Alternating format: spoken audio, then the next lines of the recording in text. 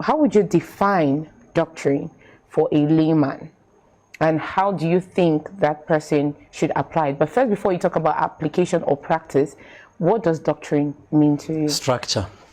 Okay. Structure. Doctrine is structure.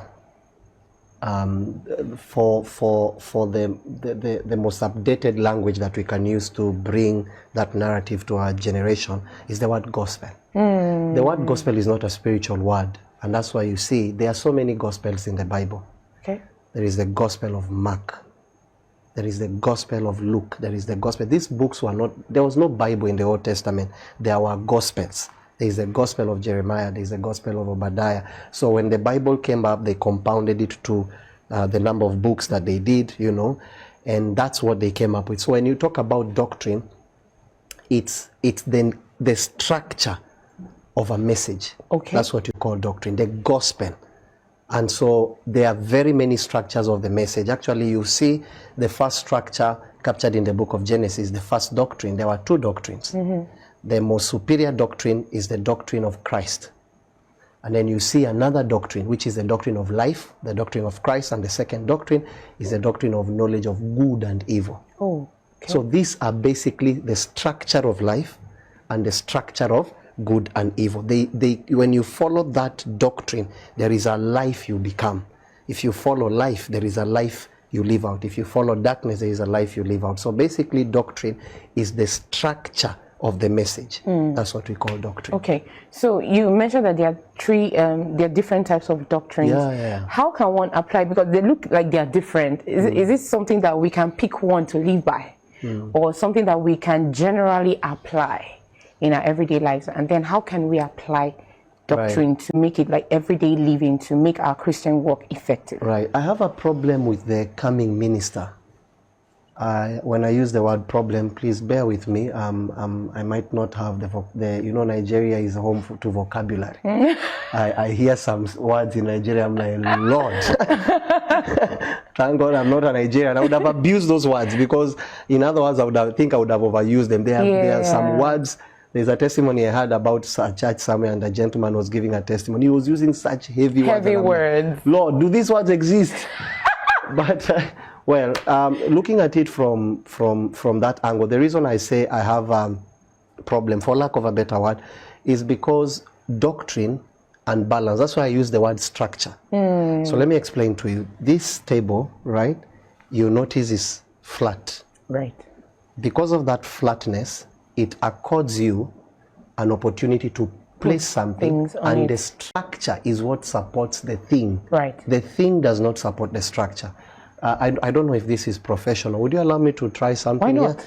Yeah, bear with me if it has never happened. I don't mean. Now, because of the structure of this table is flat, right? It allows me to put several things. Put your things. The structure is what supports whatever comes on top of it. Right. So what is on top is not superior to the structure. Right. So if you remove this structure and you want to still place those things, and you position another structure like this, no, it won't stand. It does not have, it's a thing, but it's too tiny, or rather the flatness required to make this thing to stand is not there.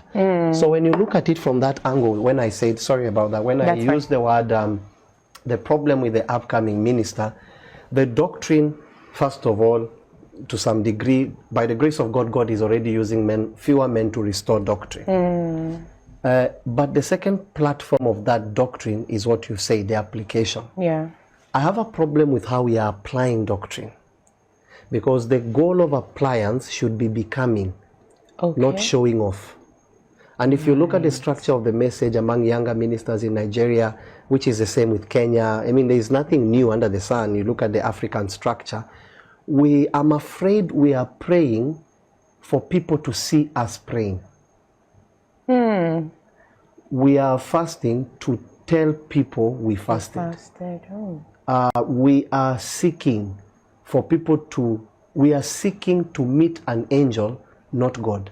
So the encounter that people are looking for is so power-based, not person-based. So people are no longer desiring spiritual things to meet the king, but they want to encounter what the king has. Now, I need to explain something. The Bible says his hand is not short. God has a hand and God has a heart. In his heart is his desire. In his hand is his capacity. And I'm afraid people are not traveling to the heart when they meet the hand. The minute they get the job becomes the reason why they were journeying into all of God. So people are not really, the doctrine that we presented to the people is not really leading people to the person of Christ, but to the things of Christ. And that's why I've used the word, the hand of God and the heart of God. You see, the Bible speaks about the hand. When you see the hand, you see delivery. When you see the heart, you see personality. And so it's possible to have a rich person without the personality of Christ. So you begin to have people that are producing results, but they're not producing the person. You can't see the person of Christ, but you're seeing the principles of Christ. And I hope you know, principles are not only limited to Christianity. Right. So let me give you one principle, the principle of rain. The Bible says as far as he makes the rain to rain on both the righteous and the unrighteous. So rain, the principle of raining, has nothing to do with Christianity. Of course, a Christian can influence it. He can pray and rain can appear in a different place. But if rain was supposed to be for only believers, then rain should escape houses of people that are not believers, and it should only rain cover the houses of believers. But you realize there are things that God set out. Gravity is a principle. You know, I mean, even if a Christian violates that gravity, he will die. If you look at the Bible, there's a person that one minister was preaching, he was sitting on the window and then he fell. He violated the law. But you see the superiority of the fact that a believer is there, he went and raised him up. But you can see the law brought justice. So when it comes to the application of doctrine, the worry is that people are doing things to tell us they are doing things.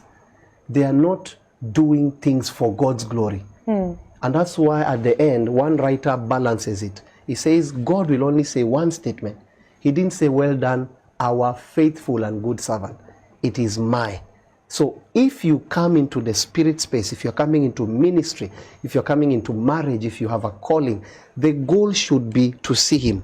I look up, David says, I look up to the hills, I look up. So we are now doing things for people to see us. And then now it becomes a reason. So when I leave the prayer closet and then I hear you met an angel, so me too, I will go to pray to meet an angel. I'm not praying because men ought to always pray. Do you understand that? But if I meet an angel, it's an advantage that is captured within prayer. But the purpose of prayer is not to meet an angel. The purpose of prayer is because I'm a man, and if I'm a man, I'm ought to always pray. So whether I meet an angel or I don't meet an angel, it's not my business. My business is to pray, and whatever I touch in that reality, it's God's will to lavish me with the realities of that. If it's an angel, blessed is his name.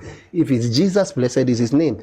But the way we are structuring the message, I'm afraid we might lose a generation fearing that I did and I never encountered. Because we no longer teach these things as a lifestyle. We teach it as a reason to get something. And it's a bit dangerous. That's like hammer on the nail, head on, very profound.